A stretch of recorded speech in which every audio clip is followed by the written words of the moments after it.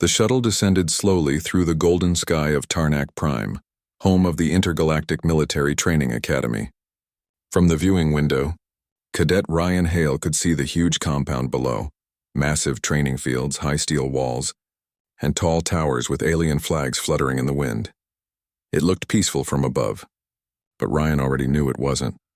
This was the most brutal training center in the galaxy, the place where soldiers from hundreds of worlds came to prove their worth. Few ever passed. Most failed before the first week was done.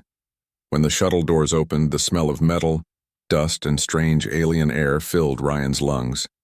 He stepped out slowly, wearing a plain gray cadet uniform with the small Earth flag on his shoulder. Around him were hundreds of recruits, some tall and scaled, others small and feathered, a few walking on four legs. They all stopped to stare at him. Whispers began to spread through the crowd. "Is that the human?" One insectoid hissed to another. "From the Deathworld?" A tall, blue-skinned cadet asked quietly. "I thought they were myths," another said. Ryan didn't answer. He adjusted his pack and looked straight ahead. His brown eyes were calm, focused, and unreadable. At the far end of the landing yard stood a group of instructors.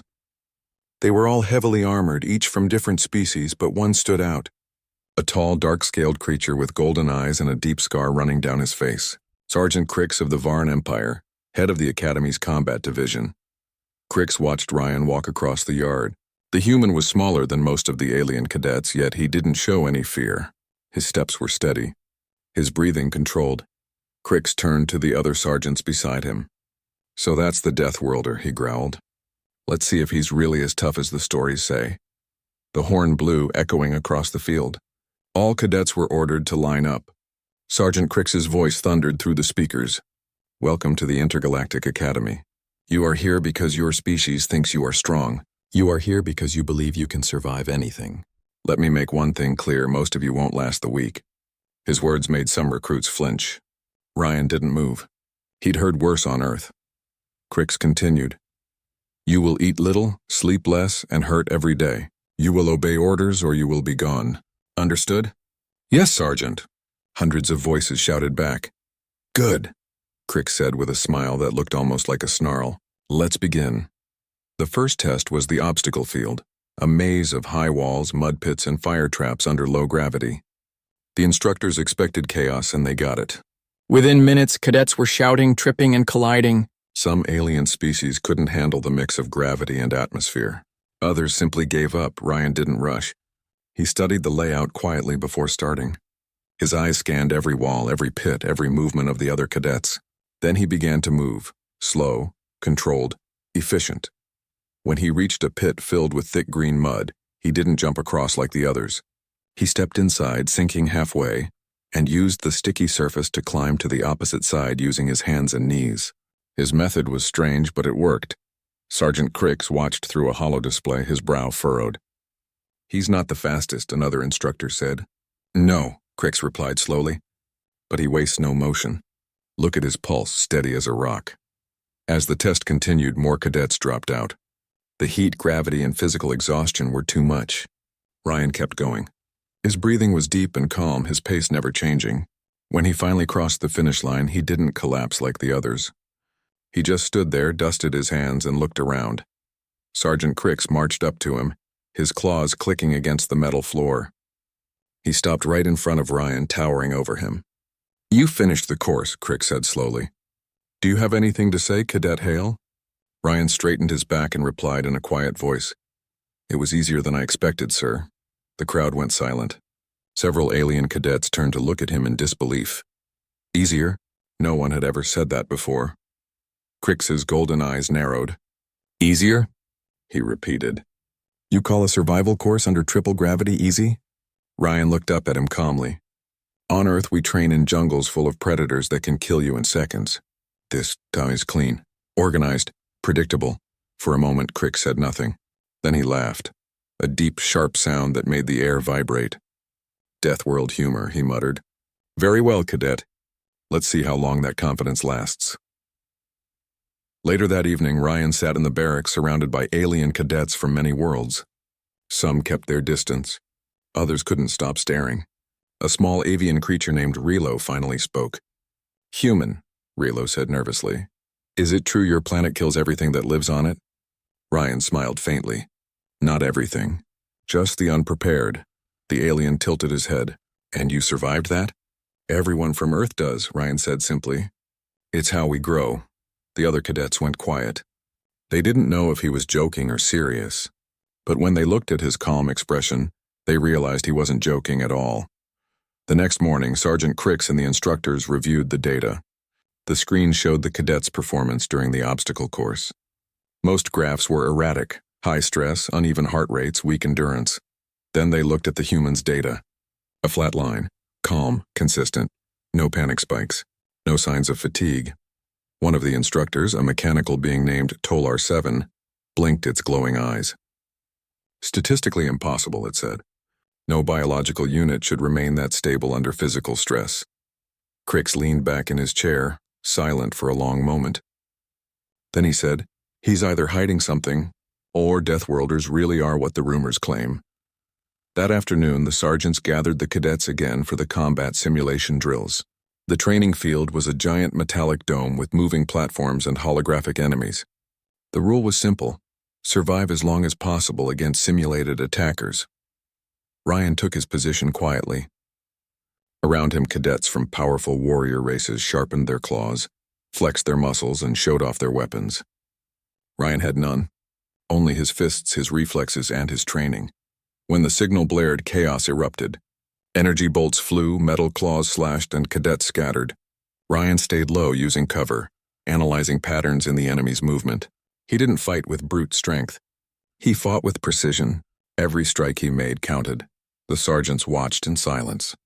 The human was moving like someone who had fought before, not as a soldier, but as a survivor. He didn't waste energy. He used the terrain, waited for openings, and hit hard when needed. After 30 minutes, the simulation ended. Most cadets were eliminated. Ryan stood alone among the smoking platforms, chest rising and falling slowly.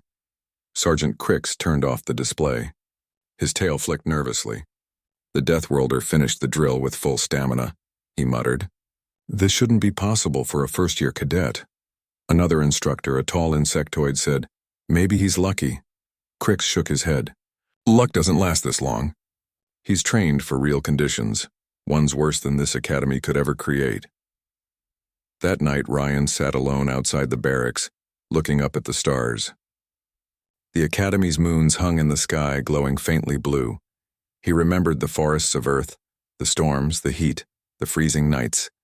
He remembered climbing cliffs with bare hands, dodging wild beasts and sleeping under lightning-filled skies. Compared to that, this alien world felt... Calm, a quiet voice broke his thoughts. It was Relo again. Human, the avian said, why are you here? You don't need to prove anything. Ryan looked at the sky. I didn't come to prove anything, he said softly. I came to learn what others call impossible. Relo tilted his head. And when you finish? Ryan smiled faintly.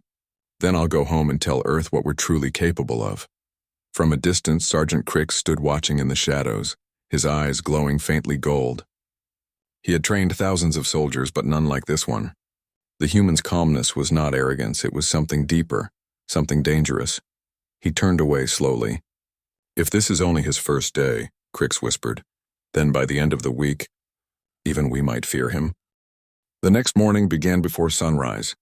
The cold wind of Tarnak Prime blew across the training yard, carrying dust and frost. The academy horn sounded loudly, waking every cadet in the barracks.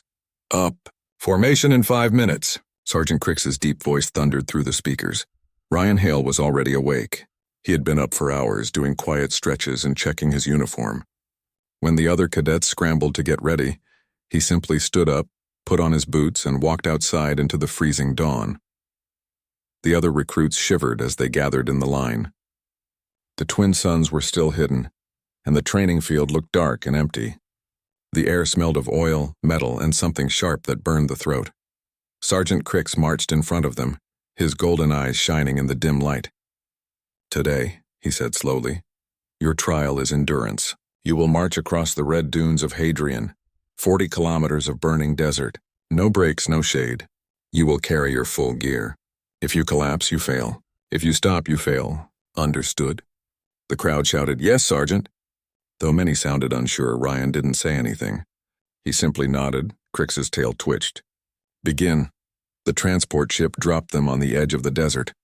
The ground glowed red under the rising suns. Waves of heat shimmered across the dunes, and the wind carried fine dust that clung to every surface. Each cadet carried a heavy backpack with water, rations, and survival tools.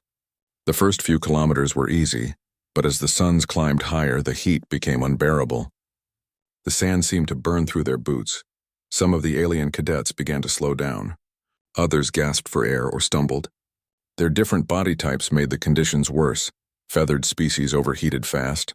Scaled ones lost moisture quickly. Ryan moved at a steady pace, step by step, his breathing deep and even. He had tied a strip of cloth across his mouth to keep the dust out. Every few minutes he checked the others around him. When he saw Relo, the small avian cadet, stumbling behind him, Ryan slowed down. "Drink," he said simply, offering his flask. Relo blinked weakly. "You'll run out of water." "I'll manage," Ryan replied. The avian took a small sip and kept moving. He didn't understand why the human helped him. Most cadets cared only about their own survival. Hours passed. The desert stretched endlessly and the suns beat down mercilessly. The group grew smaller and smaller. Many collapsed and were picked up by drones.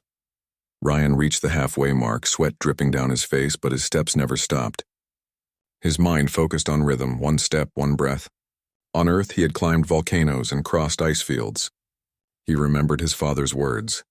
Pain fades, but weakness stays forever. By late afternoon, only 12 cadets were still moving. Ryan led the group, Relo beside him. The rest followed, using their footprints as a guide. When they finally reached the end of the dunes, Sergeant Crix and the instructors were waiting. Crix's eyes widened slightly as he saw who arrived first. The human, dust-covered, tired, but still standing tall. He carried Relo's half-empty pack on one shoulder. Ryan dropped it gently to the ground. "He would have collapsed," he said quietly. Crix looked at him for a long moment. "You disobeyed orders," the sergeant said coldly. "You were told not to assist others." Ryan met his gaze. "On Earth, leaving someone behind is the fastest way to die." Crix's face didn't move, but his claws flexed slightly. "Very well. You passed the march," he said, his tone lower than before. "Barely." The other instructors exchanged uncertain glances. One muttered, "Barely?" He carried 2 packs for 40 kilometers. Crix ignored it and barked, "Next trial begins tomorrow." That night, the barracks were quiet. Most cadets were too exhausted to speak. Relo sat near Ryan's bunk, watching him clean his boots carefully. "Thank you," Relo said softly. Ryan didn't look up. "You would have done the same." Relo shook his head. "No one here would have done that." "You're different." Ryan smiled faintly. "Different doesn't mean better. It just means we see things another way." Outside, Sergeant Crix stood with the instructors again, reviewing data from the endurance march. The holoscreen showed the performance of each cadet. Body temperature, heart rate, dehydration levels. "Look at the human," said Tolar 7, the mechanical instructor. His temperature stayed stable. No dehydration. "Heart rate normal." "That's not normal," growled Crix. "He was under twin sun exposure for 8 hours. His physiology shouldn't handle it." Tolar 7 turned its glowing head. "Perhaps Deathworld biology adapts faster." Crix didn't answer. His eyes were still fixed on Ryan's data. Something about the human unsettled him. The control, the calm, it wasn't arrogance. It was survival instinct. The next day came too soon. The academy horn blared before dawn again. The cadets were given no time to rest. Crix's voice echoed through the speakers. "Today's test. The gravity chamber." The words made even the toughest aliens look uneasy. The gravity chamber was infamous across the galaxy.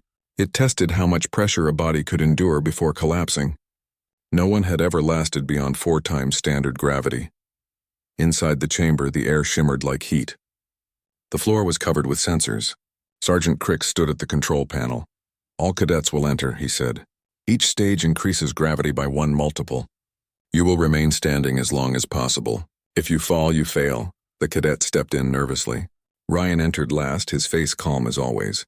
Crix started the test. Stage 1, normal gravity. Everyone stood easily.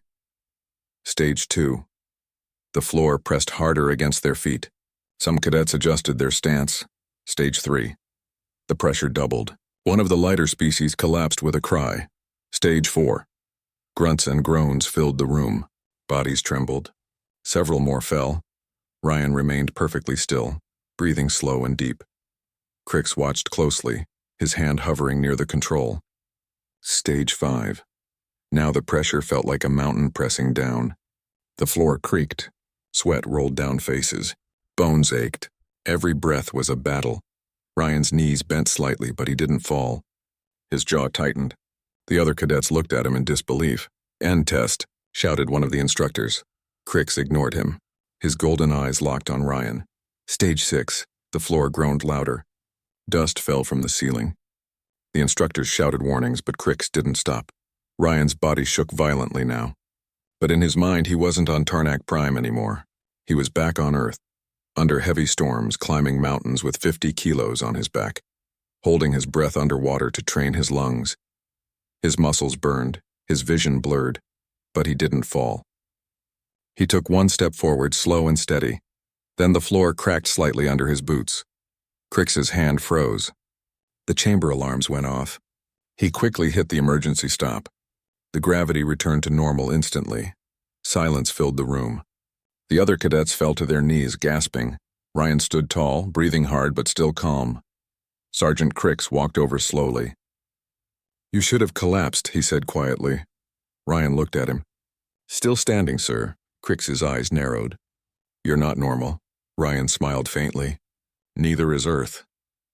Later, in the instructor's briefing room, Crix sat in silence while the others spoke. Toller 7 projected the chamber data. At 6 times standard gravity, the human's muscle fibers held firm. No internal rupture. His heart rate only increased by 12%. Another sergeant hissed. "That's impossible." Crix said nothing. His claws drummed against the table. Finally, he muttered, "The Deathworld rumors were true." "What now?" asked another. Crix looked out the window at the training fields below, where Ryan was walking calmly back to the barracks. "We keep testing him," he said. "I want to know what breaks a human, if anything can." That night, while most cadets slept, Ryan sat alone again under the twin moons. The air was cool and silent. He opened a small metallic case and looked at an old photo, his family on Earth smiling beside a mountain lake. He closed it and whispered softly, "Still standing, Dad." From a distance, Sergeant Crix watched. For the first time, he felt something new. It wasn't anger or pride, it was fear. The human wasn't just strong. He was endless, and the week was only half over. The sun of GalacticPrime rose red and fierce on the 3rd morning of training. Dust storms danced on the horizon as the cadets stood silently in formation. The air was heavy and dry. Most of them looked exhausted, limping, coughing, eyes dull from lack of sleep. But Cadet Ryan Hale stood as straight as ever. His uniform was dusty, but his eyes were steady and alert. Sergeant Crix paced in front of them. His golden eyes glowed faintly, his scales catching the morning light. "You survived the march," he said in a deep voice. "You endured the gravity chamber. But now you face something different. Today's test is not about your body. It's about your mind." A nervous murmur spread through the cadets. They all knew what was coming. The isolation chamber, a test feared by every recruit. Crix's voice echoed across the field. "In the chamber there is no sound, no light, no time. You will be alone with your thoughts. Many who enter come out screaming. Some never return." He paused and looked at the human cadet. "You think you're strong, Deathworlder? Let's see how your mind handles the dark." Ryan didn't answer. He simply gave a small nod. Crix smiled thinly. "Begin the test." The chamber stood in the middle of the training yard, round, black, and smooth like a giant metal egg. Its walls absorbed light completely. One by one, cadets entered the chamber. Time passed slowly. Some lasted an hour, some only minutes. The door opened again and again to reveal trembling bodies, wide eyes, and silent tears. When it was Ryan's turn, Crix gave a small nod to the technicians. "Seal him in." The heavy door shut behind the human with a hiss. Inside, everything went black. No sound, no air movement, no sense of direction. It was as if the world had disappeared. For a long moment, Ryan stood still. His own heartbeat echoed in his ears. Then even that seemed to fade. He sat down slowly on the cold floor. He had been through worse.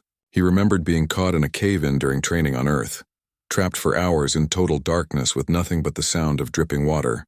That day he learned how to control fear, by breathing slowly and counting heartbeats. He began counting now. 1, 2, 3. Outside the chamber, Sergeant Crick stood before a control screen showing the cadets' vitals.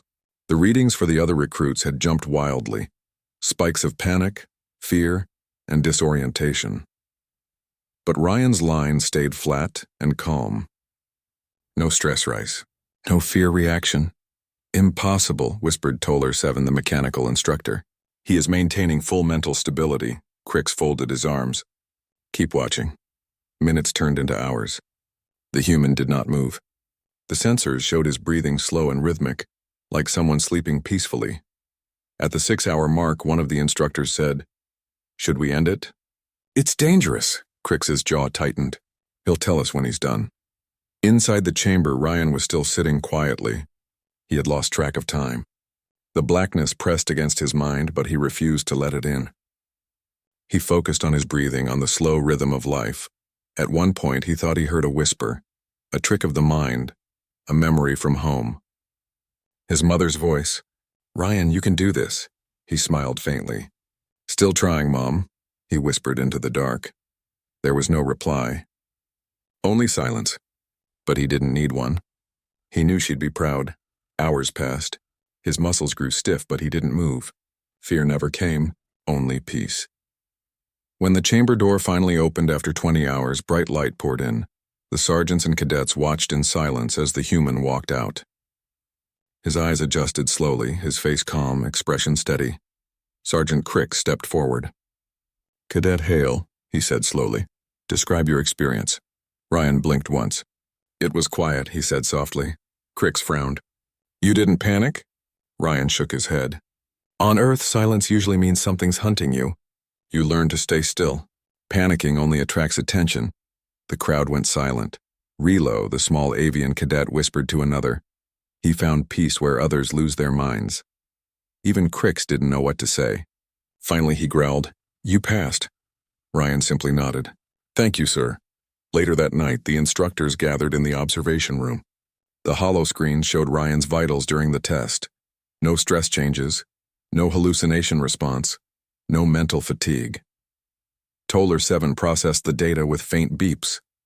He achieved full calm state for 20 hours. Unprecedented. Crick stood near the window looking out at the dark barracks. His claws tapped lightly on the metal railing. "I've trained soldiers for 20 years, he said. "I've seen warriors who face death without flinching, but I've never seen anyone that calm in total isolation." One of the instructors, a green-scaled reptilian, hissed softly, "Maybe Deathworlders don't have fear the way we do." Crix turned his head slightly. "Everyone has fear. The difference is, humans seem to live with it like an old friend." The others were silent after that. The next day came with another test. The cadets thought the worst was over. They were wrong.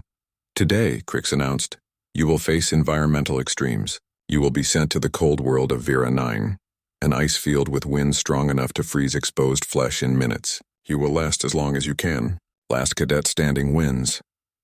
The transport ship roared into the sky, carrying the shivering group to the frozen planet. When they stepped out, the wind hit them like knives. The temperature dropped so fast that their suits frosted instantly.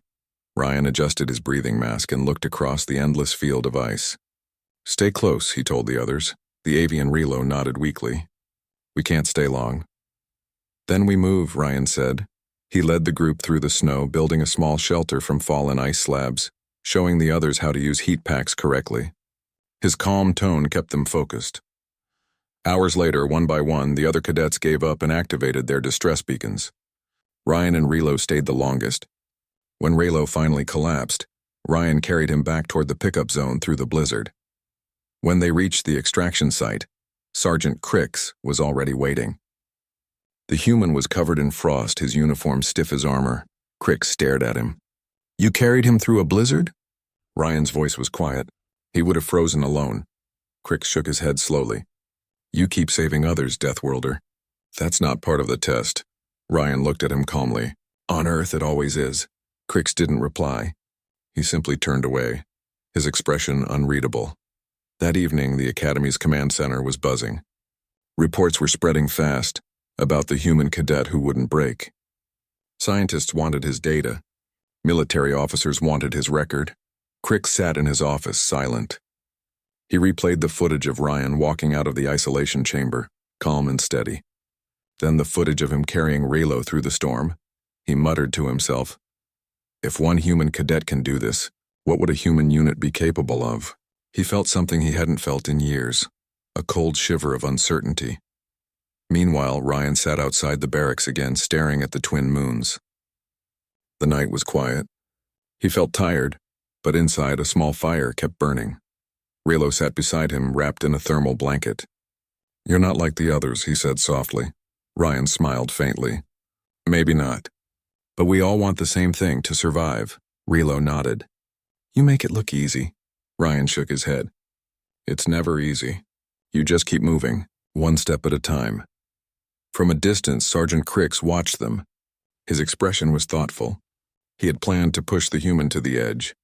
But now, he wasn't sure there was an edge. The sergeant turned to the stars and whispered, "If humans can survive anything, then maybe..."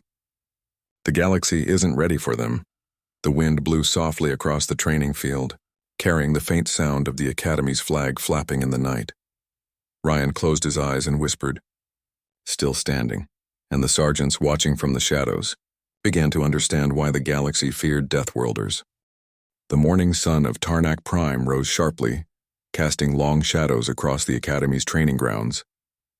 Cadets shuffled into formation, faces pale and bodies stiff from the previous tests. Many were sore, tired, and scared, but Cadet Ryan Hale walked calmly, eyes steady, posture straight. His brown hair fell lightly across his forehead, dusted with frost from the previous day. He had trained in extreme conditions on Earth, and nothing here felt worse than the storms of his home planet. Sergeant Cricks stepped forward, his golden eyes scanning the group. His claws clicked against the metal floor as he spoke. "Cadets, today is the final trial. You will be sent to Zephyron 12, a dense jungle planet crawling with predators and toxic plants. You must survive 3 days, alone or in teams. Your score depends on who completes the objectives, not who dies trying." The cadets gasped. Zephyron 12 was notorious. Many seasoned soldiers had tried its survival course and failed. Cricks's gaze landed on Ryan. "Deathworlder, your past performance has been unusual. You will lead your team." Ryan simply nodded. "Understood, sir." The transport ship roared through the atmosphere and landed in a thick clearing surrounded by massive jungle trees. The air was hot, heavy, and humid, smelling of wet earth and unknown flowers. Strange insects chirped and buzzed all around, some large enough to sting painfully. Ryan's team consisted of 5 cadets: Relo, the avian; Grak, a 4-armed reptilian; Sarah, a tall and lean humanoid; and 2 others from distant worlds. Most looked nervous. Some were already whispering about the Deathworlders' reputation. Ryan gathered the team near the edge of the jungle. "Listen," he said calmly. "This place is dangerous. Every sound, every movement could be a threat. Stick together, watch each other. We survive or we fail together." Grak snorted. "And what do you know about survival in a jungle, human?" Ryan didn't answer immediately. Instead, he pointed at a cluster of carnivorous vines moving slowly across the forest floor. "I know when to move. I know when to wait. I know when to fight and when to hide. Follow me, and you'll live." The team exchanged uncertain glances but followed him into the jungle. The first few hours were tense. Thick vines and roots made the terrain difficult. Strange glowing plants blocked the path and creatures with bright eyes watched from the shadows. Some cadets froze in fear. Ryan remained calm, scanning the environment constantly. He taught the others to use natural traps, observe patterns of movement, and identify safe plants for food and water. When a massive insect-like predator appeared, larger than any human could imagine, panic struck the group. Grak raised his claws ready to attack, but Ryan held up a hand. "Not yet," he said. "We can outsmart it." The predator lurched forward, jaws snapping. Ryan led the team along a winding path, using noise and shadows to confuse the creature. He picked up a fallen branch and lightly tapped a rock, drawing the predator's attention. It lunged at the sound and the team moved silently in the opposite direction. Hours later, when they reached a small clearing, Relo gasped. How did you do that? Ryan shrugged. Patience, observation, strategy, not brute force. The others nodded slowly, beginning to understand why the human was different. Night fell quickly in Zifferon 12. The forest became alive with sounds of unknown creatures, some shrieking, some moving in packs. Ryan led the team to a small natural cave hidden behind hanging vines. Sleep in shifts, he instructed, never all at once. Watch for movement and keep weapons ready. Grak muttered under his breath. Why do we follow him? He's smaller than all of us. Sarah the humanoid shook her head. Because he knows what he's doing. Look at him, calm, steady, he doesn't panic. Ryan glanced at them. Size doesn't matter here. Focus and awareness do. That night, when a predator tried to approach the cave, Ryan noticed the slight change in air pressure. He quietly whispered, "Shift positions," and moved silently to block the entrance. The predator hissed and retreated when it saw movement in the shadows. The team stared at Ryan in awe. He didn't fight with strength. He fought with thought, prediction, and skill. The second day began with new challenges. Toxic plants blocked their path, and venomous insects filled the air. Cadets fell behind, complaining of exhaustion. Ryan stopped and examined a cluster of glowing leaves. "We can make a path through," he said. Using a small blade and careful movements, he cut safe passages while avoiding dangerous flora. As the team advanced, they encountered another predator, this one larger and faster than the first. Grak wanted to attack immediately, but Ryan held up a hand. "Wait," he said. "Watch its movements." The predator circled them, sniffing and growling. Ryan instructed the cadets to split quietly into two groups, then led it toward a natural pit trap he had spotted earlier. Using carefully placed noise and movements, they guided the predator into the pit. The team watched silently as the creature struggled, then finally gave up. Relo chirped softly. He didn't even touch it with his claws. Ryan shook his head. Sometimes brains beat brawn. The rest of the day passed with similar small victories. Ryan's calm leadership kept the group alive while teaching them survival lessons they would never forget. By the evening, the team reached a natural clearing near a river. Water was fresh and edible plants grew along the bank. The cadets were tired, but morale was higher than it had ever been. Ryan set up a small camp and instructed the team in basic jungle survival, boiling water, creating safe shelters, and maintaining watch rotations. That night, the predators howled outside, but none approached the camp. Ryan stayed awake longest, listening carefully, noticing even the smallest movements in the dark. At dawn, he whispered to the team, "The final challenge isn't strength. It's teamwork. Trust each other. Trust me, the last day was the ultimate test." A massive predator, known to be nearly indestructible, was released into the jungle. Cadets were to survive for as long as possible while completing objectives, marking safe zones and gathering resources. Chaos erupted immediately. Screams and running filled the jungle. Most cadets panicked. Ryan's team stayed together. Ryan led them strategically, using traps, smoke, and distractions to keep the predator at bay. When it charged directly at them, he grabbed a vine and swung across a ravine, luring the creature away while the others escaped. Hours later, Ryan returned, dragging a severed tail of the predator behind him as proof. The team stared in disbelief. He had faced the creature alone and emerged victorious. Sergeant Crix and the other instructors watched from drones above, frozen. The human didn't just survive the final trial, he had dominated it. When the trial ended, the scores were posted. Ryan's team had completed every objective. They were the only team to survive fully intact. The other cadets stared at him in awe and fear. Crix approached, his claws clicking. "Cadet Hale," he said slowly, his voice low. "You have surpassed every expectation. Your strategy, leadership, and endurance, they are unprecedented." Ryan nodded. "I just do what I have to, sir."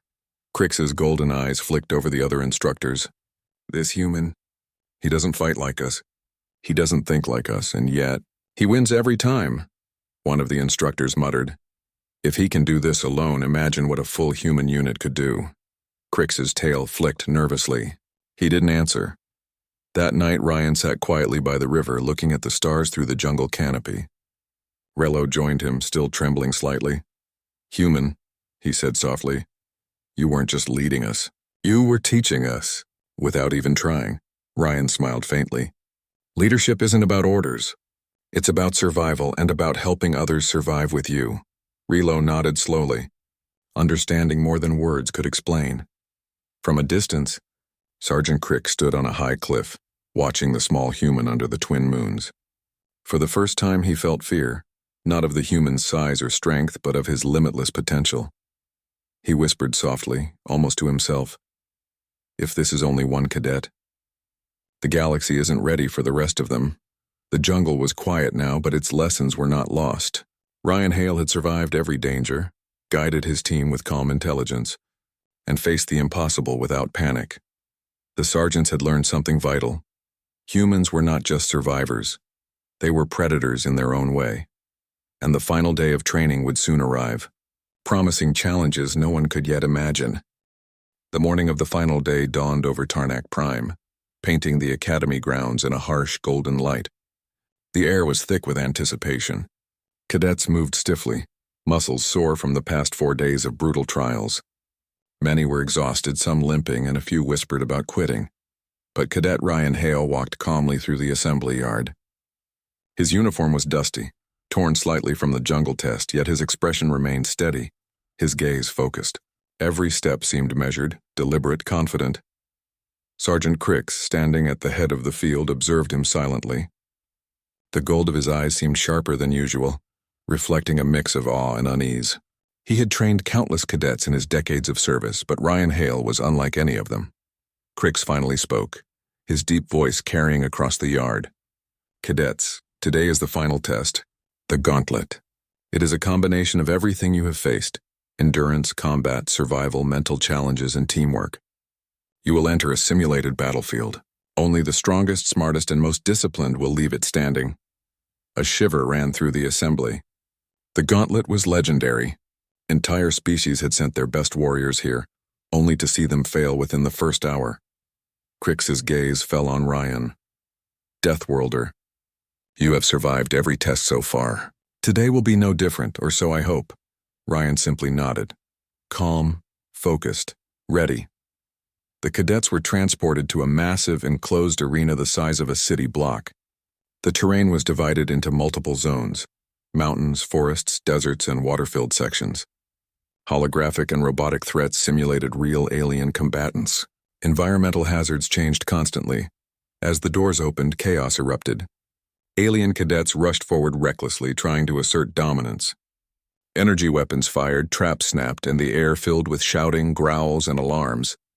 Ryan paused for a moment, observing everything. His eyes scanned the environment.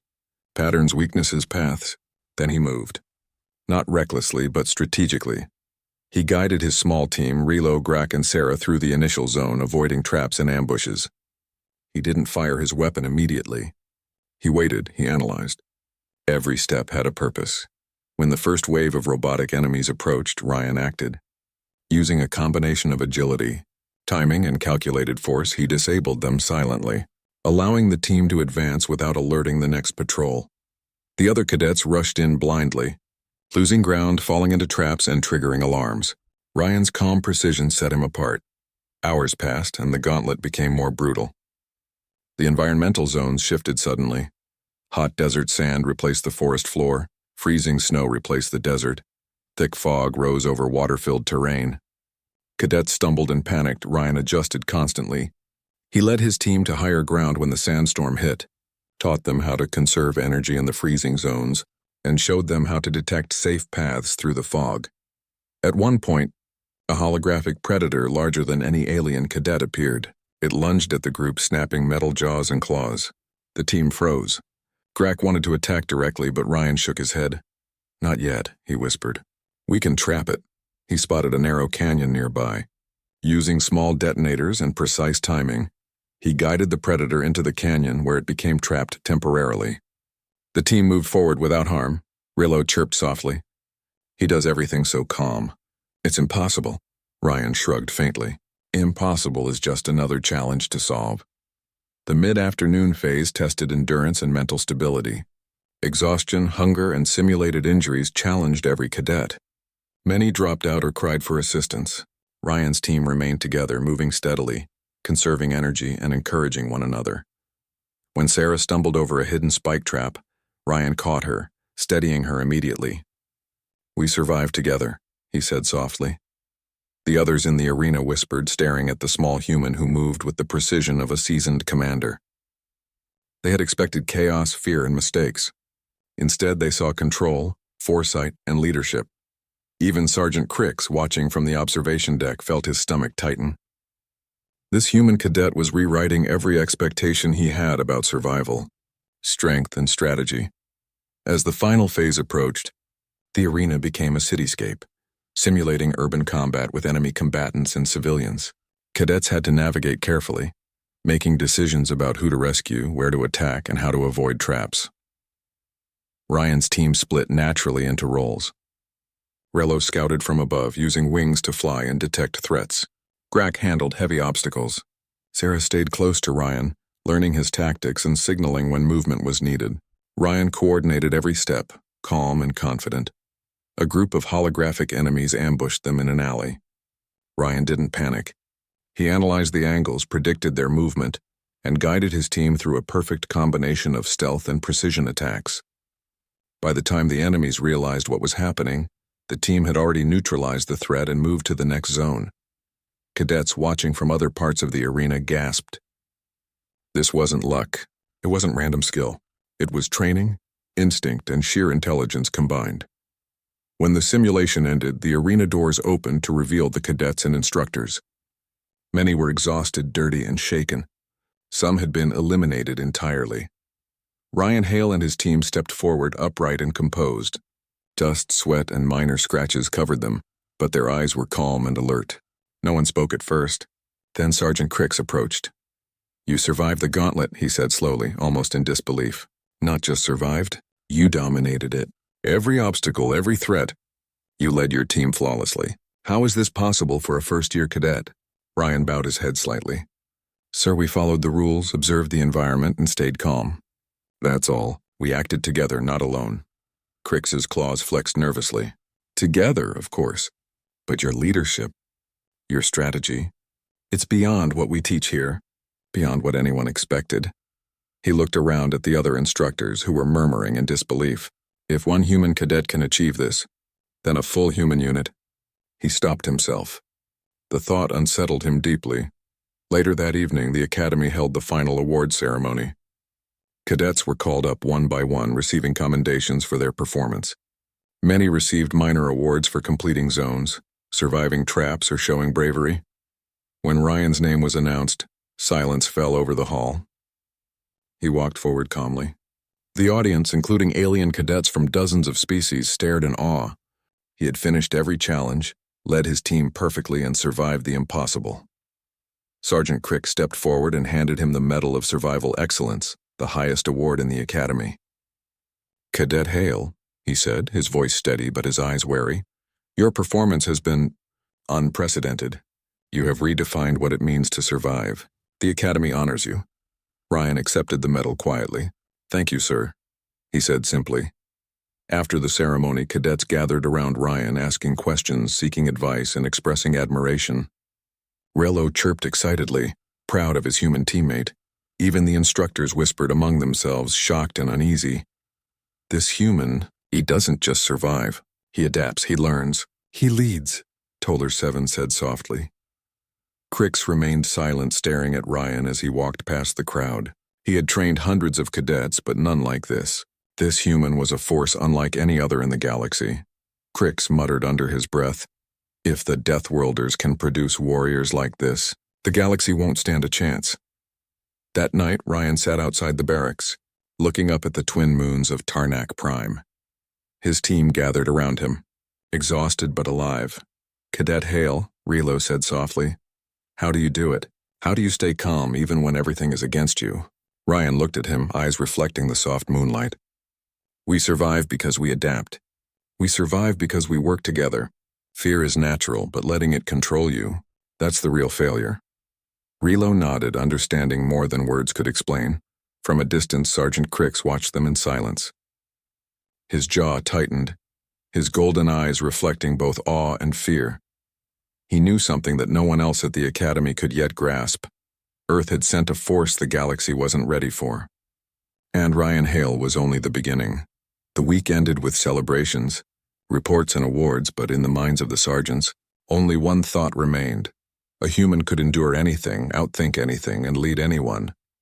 The galaxy, as they knew it, would never underestimate Earth again. And as Ryan Hale walked back to his quarters, medal in hand, he whispered softly to himself, still standing, the Deathworlder had finished the course, and the galaxy had just gotten its first warning.